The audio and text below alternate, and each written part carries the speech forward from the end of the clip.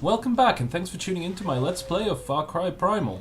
I've entitled this episode, Making the Mesolithic Great Again. The focus of this episode will be the Izila tribe, who I've shown briefly in previous videos. Much like the Udam, they're hostile to the Wenja, and Takar specifically, but their gimmick is that they don't eat their prisoners, they actually sacrifice them to their sun god. Or at least that seems to be the endgame. The few Wenja you do see kept captive in Izila camps are effectively used as slave labor to build Izila temples. When playing Primal and moving through the southern part of the game map, you're more than likely to encounter, at the very least, standing stones with engraved markings on them, but occasionally, as I'm showing you right now, larger structures, this kind of knockoff budget Stonehenge thing going on here, which, if you remember what I said in the last episode, is conveniently located on what looks like a pretty unstable hillside, probably leaving no trace in the millennia to come for archaeologists to find. Thanks a lot, Izila.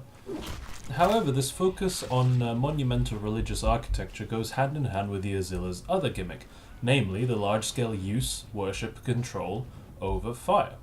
As you might have already noticed in the top left-hand corner of my screen, my objective on this mission is to bump off an Izila priestess. Yes, they are matriarchal, before she can sacrifice a Wenja prisoner. Now, the Izila definitely have a flair for the theatrical and the extravagant, as all of their ceremonies seem to involve huge bonfires and setting fire to captives en masse. This basically makes them a collection of prehistoric Donald Trumps, and hence the inspiration for the episode title. At one point in the game story, you end up capturing an Izila warrior or priest, and he teaches you how to make firebombs, hence why I'm lobbing them at the enemies in this video, and not them at me. But the Izila are not just interesting because they're the other big bad in the game world. They're also something of an archaeological conundrum, let's say. First of all, I'd like to recap the subplot involving the Izila. Before the second half of episode 3, in which I complained about the stupid place in which the Wenja had built their village, Tensei the Shaman sent me on one of those vision quests he seems to love so much, which, apart from being insanely badass, also revealed that the Izila fear some sort of vengeful god by the name of Krati, and he believes that taking Krati's power will help you overcome the Izila. Right, back to the present. In practice, that means sneaking into an Izila temple and stealing the mask of Krati. Now, the difficulty level of the game means that at this point, the amount of enemies and the strength of those enemies that the game throws at you means that I have been trying to play it a little bit more stealthy, trying to take people out before I engage directly, so the pace of play is a bit slower as a result, but I've cut it where appropriate to cut down on boring bits of waiting. Of course, this approach provides me with more space to ramble. One of the central conceits that I've used in this series of videos about Far Cry Primal is that I get to make my own archaeology-based reading of the game world. In fact, as you probably remember, episode 2 was heavily based around the idea that the Udam can be subbed in one-for-one for Neanderthals. Whether or not the game developers intended that way is really neither here nor there. It can be read that way, so that's how I presented it. Now, bearing this in mind, one of the key characteristics of the Izila is that they live in kind of settled village life. And not only that, they also have agriculture. They have the technology to grow their own food, which is something that the Wenja do not. Moreover, this could be an explanation of their worship of the sun, who they call Sukli. They have entered Oros from the south. They're not native to Oros. They don't speak the Wenja language. In fact, the first time you speak to an Izila character, Taka is incredibly surprised that they can speak Wenja. It almost begs the question how much Wenja you really need to know in order to slit someone's throat and chuck them in a fire pit. But anyway, my point is that when you piece together all these tiny little bits of circumstantial evidence, the Izila can be read as the forerunners of the Neolithic Revolution in Europe. For those of you who don't know, the Neolithic Revolution is a term invented in the 1920s by the famous archaeologist Gordon Childe to describe the transition from a lifestyle based mainly on hunting and gathering to one based on the production of food. In this original formulation, the Neolithic Revolution was taken to mean certain technological and economic changes related to the adoption of a package, which included things like einkorn and emmer wheat, barley, and also eventually the adoption of domesticated animals. In Western Eurasia, this process was understood to have started somewhere in the Middle East, in the Fertile Crescent, and spread to Western Europe outwards over a period of several thousand years. Now, Gordon Child's idea turned out to be an extremely good one, as it provided a great fit for a lot of the patterns that people were seeing in the prehistory of Europe and Eurasia. In fact, to this day, archaeologists are debating various components of his model. It has changed a lot. Bits have been discarded, other bits have been adopted, new forms of evidence have come to light, such as radiocarbon dating, genomics, genetic reconstruction, a lot more linguistic data, things like that. But essentially, in the part of the world that the game is set in, agriculture spread from the Middle East through Eastern and Central Europe and ended up in Northern Europe some few thousand years later. This basic model is fairly accepted by the majority of archaeologists. I could of course go into a lot more detail. This is something that every archaeologist is taught at an undergraduate level, but this video would probably be about 3 hours long if I could list everything I knew about this, which I'm not going to do. So to bring this all together, the argument could be made that the Izila are the forerunners of the Neolithic, the vanguard of the revolution, as it were, into Aarhus. Their settlements have a much more material culture associated with the Neolithic in them, much more pots. There are also seeds and grain. Fields of grain surround many of their settlements. As a consequence of their agricultural activity, it's also fair enough to say that they have a bigger impact on the environment than the Wenja. Now, in this regard, their monumental architecture, all the standing stones and temples and stone circles and whatnot, are interesting as well, because there is reason to believe, from the empirical archaeological record, that the Neolithic Revolution may have been an ideological and social revolution as much as an economic one. If you were able to wield power over your immediate surroundings, why stop only at field clearances and building larger settlements? Why not intervene in other ways that may be socially or cosmologically significant to you? Of course, in the real world, there's a big leap between planting a few fields of einkorn wheat and ending up with something like Stonehenge, but the Neolithic, over time, is undoubtedly correlated with the emergence of large-scale ceremonial architecture. Naturally, during the real expansion of the Neolithic into Europe, the continent wasn't a barren wasteland. Non-agricultural people already lived there. That is, people like the Wenja. An important debate that has taken shape over the past few decades or so regarding the Neolithic transition in Europe is whether or not it would have taken place by population replacement, that is, people with an agricultural lifestyle coming in and, through various advantages that agriculture supposedly gives them, completely replacing the previous Mesolithic groups that lived in Western Europe. Or whether this would have taken place through adoption by Mesolithic people of a Neolithic lifestyle and cultural package. A third option is, of course, that it took place through a mix of these processes.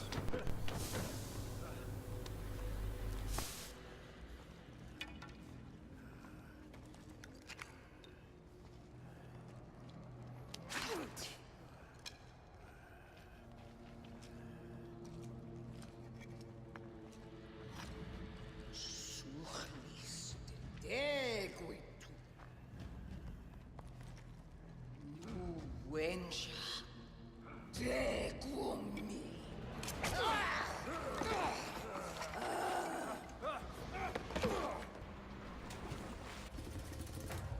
Just to draw your attention to what's taking place on screen, I'm very aware that I've used attacks on outposts, both Udam and Izila, as kind of generic filler video for these episodes.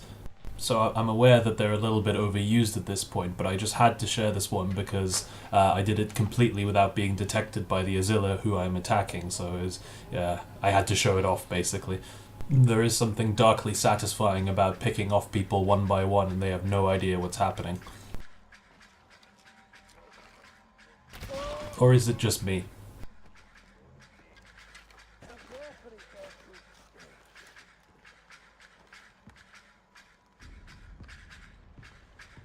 Unlike the relationship between the Udam and the Wenja, Wenja-Izila interaction is a little bit more interesting in regard to how one might think about the archaeology of these two groups in Oros. Whereas the Udam who you adopt, Da, is just some guy that you capture and basically enslave. The Izila priest that you capture, Roshani, actually becomes more of a contributing member of the tribe by the end of the story. He becomes in charge of planting crops for the Wenja and teaching the Wenja how to manage those crops. To me, this paints a slightly more interesting picture than the impression you get from the Udam.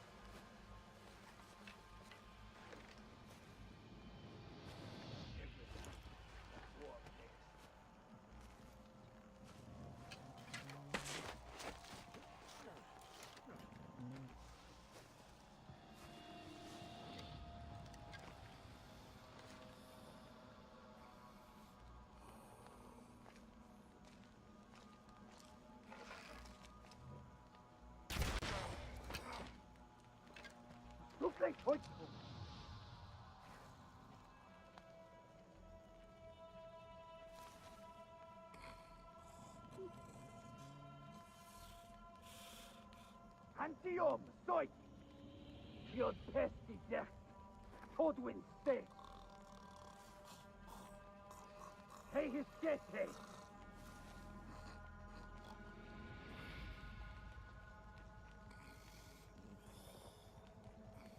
Hokwa Horhu, Solowam, Speki.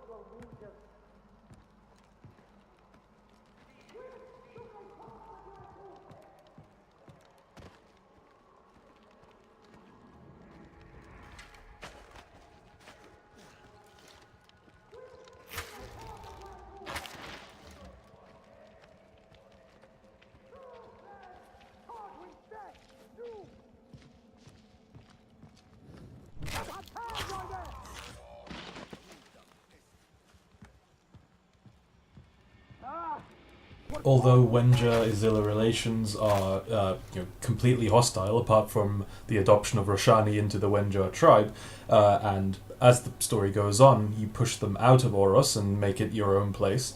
Because of his presence and acceptance, you nonetheless take on aspects of Izila culture.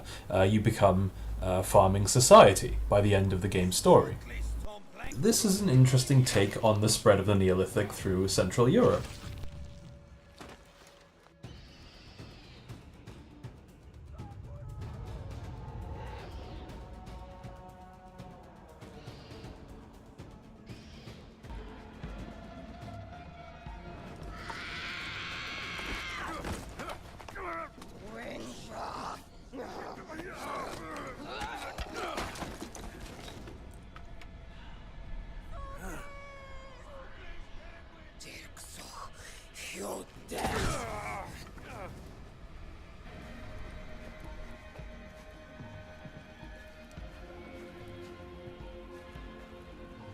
Now, it is a commonly accepted cliché that the victors are the ones who write history, and in that regard, it's quite important to note that archaeologists, as in all archaeologists who have ever existed, come from agricultural, industrialized societies.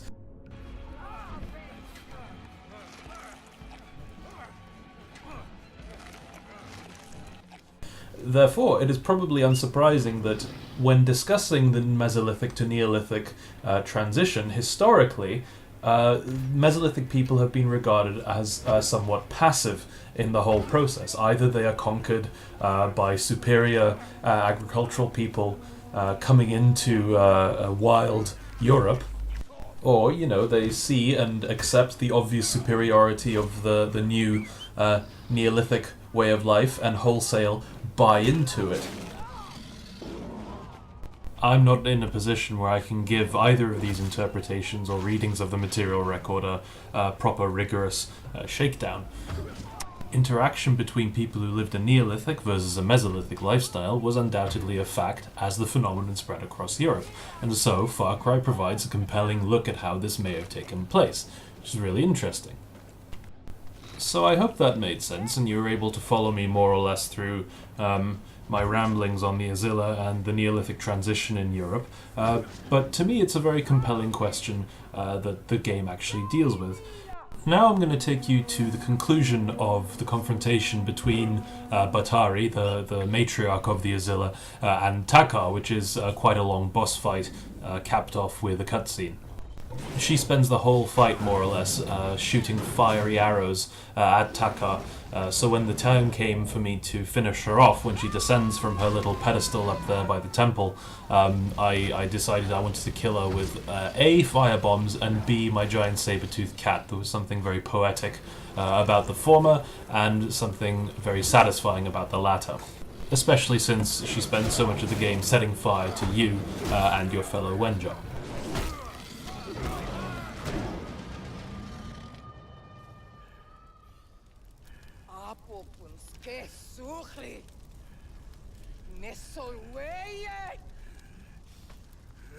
Wenja pesti. Wenja. Degueasa. Suchli. Degueasa.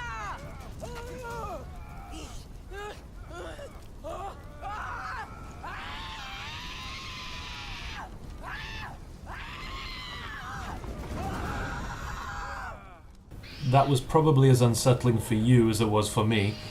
Taka just really doesn't give a damn.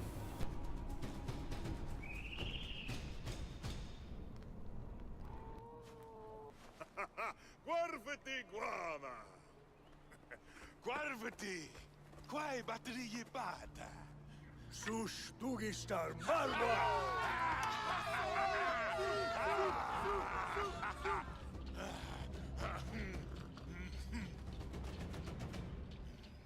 Paluhu sakwamat.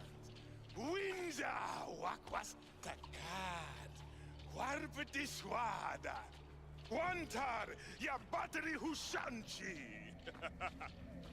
Uguevas glaketis papi su shayo yi. Shayar. And so, in a fitting end to the story, Taka simply gets drunk. That's something I can definitely empathize with, although I've never actually burned someone alive before, you psychopath. Anyway.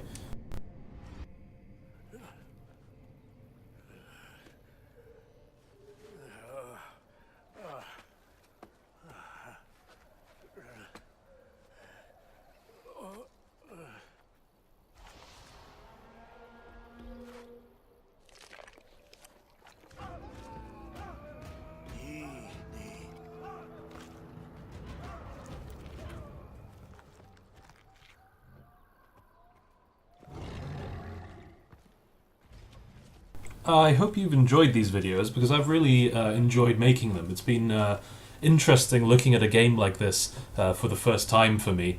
I don't know if I'll be doing any more videos at this stage because of summer holidays and the like, but I hope you have enjoyed watching them, those of you who have stayed with me till the end. Thank you for watching and listening. I'd like to give special thanks to Sean Graham and the Play the Past blog, who have very kindly hosted these videos for me and encouraged me to submit them. It has been a privilege and a pleasure.